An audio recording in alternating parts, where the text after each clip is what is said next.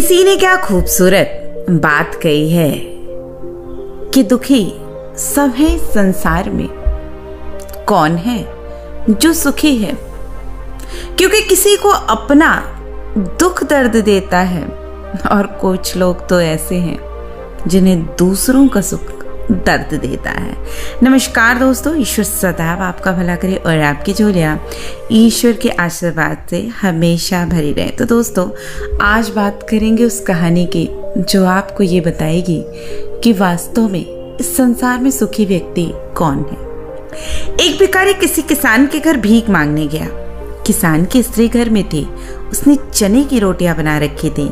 किसान जब घर आया, उसने अपने बच्चे का मुख चूमा।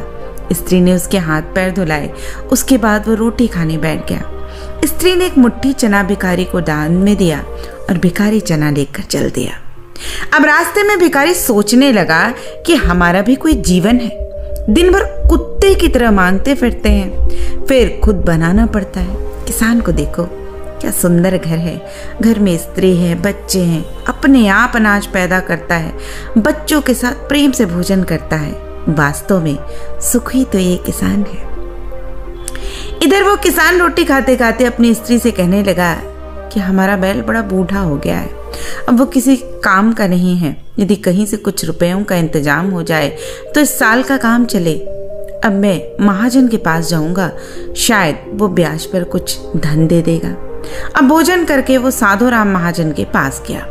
बहुत देर विनती करने पर 1 रुपये सैकड़ा सूद पर साधु ने रुपए देना स्वीकार किया। अब एक लोहे की तिजोरी में से साधु राम ने एक थैली निकाली और गिन कर रुपए किसान को दे दिए। अब रुपए लेकर किसान अपने घर को चला। वो रास्ते में सोचने लगा, हम भी कोई आदमी हैं, घर में 5 रुपए भी नकद नहीं। कितनी चिरौरी विनती करने पर उसने रुपए दिए हैं। साधु कितना धनी है, उसके पास सैकड़ों रुपए हैं। वास्तव में सुखी तो ये साधु राम ही है। साधु राम छोटी सी दुकान करता है और वो एक बड़ी दुकान से कपड़े ले आता था और उसे बेचता था। दूसरे दिन साधु राम कपड़े लेने गया। वहां सेठ पृथ्वीचंद की दुकान से उसने कपड़ा लिया।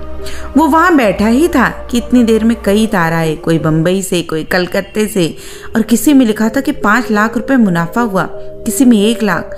अब साधु महाजन ये सब देखता रह गया। कपड़ा लेकर वो चला आया। अब रास्ते में सोचने लगा, हम भी कोई आदमी हैं। 100-200 रुपए जुड़ गए और महाजन कहलाने लगे।